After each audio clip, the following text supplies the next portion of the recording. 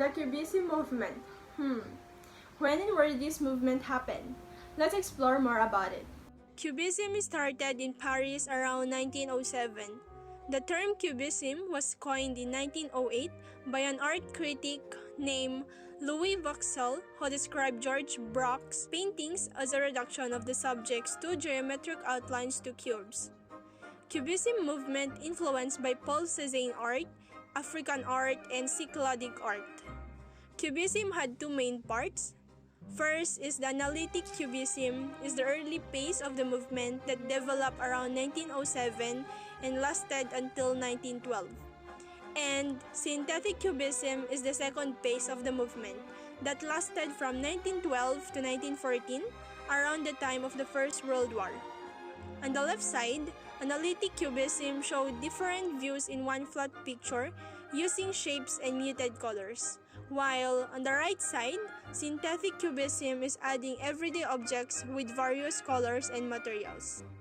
Moving on, the proponents of Cubism were a diverse group of artists who revolutionized the art world with their innovative approach to representation. These visionary figures were George Braque and Pablo Picasso. So now let's delve deeper about them.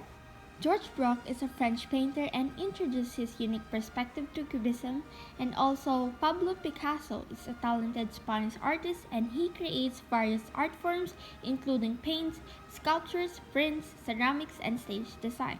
Now let's talk about how these two created the movement. Firstly was because they were close friends who liked to challenge each other in a friendly way. Secondly, both artists aspired to create a unique art form that will captivate audiences with abstract concepts conveyed through shapes and colors. Thirdly, they were inspired by Cézanne's art, which used shapes in a new way. And lastly, Braque's styles was more on balance and chill, while Picasso was more on asymmetry and chaos. Plus, there were artists who contributed in the Cubism movement, including Juan Gris, who brought a meticulous intellect and geometric precision to Cubism, infusing his work with intellectual depth. Fernand Léger, who embraced the industrial age, infusing his Cubist art with vibrant dynamism and a fascination for modern technology. Robert and Sonia Delaunay focused on exploring color and light in their art, leading to the development of Orphism, characterized by lyrical abstraction and brilliant colors. And Albert Glaze, a French painter and writer, dedicated his life to promoting Cubism as an art form. So now we embark on a journey to uncover the artists and artworks that define the revolutionary movement of Cubism. So our first revelation is Les Demoiselles d'Avignon by Pablo Picasso. Is a revolutionary Cubist artwork from 1907. It challenges traditional beauty standards with fragmented forms and intense emotion, embodying the essence of Cubism's innovation and boundary pushing.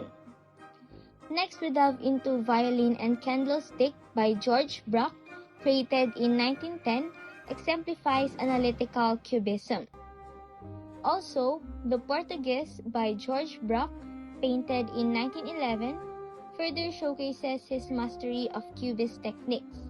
Fragmented forms and subdued colors capture the essence of the subject in a revolutionary way.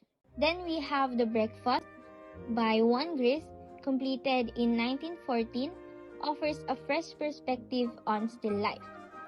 Through Cubist techniques, Gris infuses ordinary objects with depth and complexity, blurring the lines between reality and abstraction.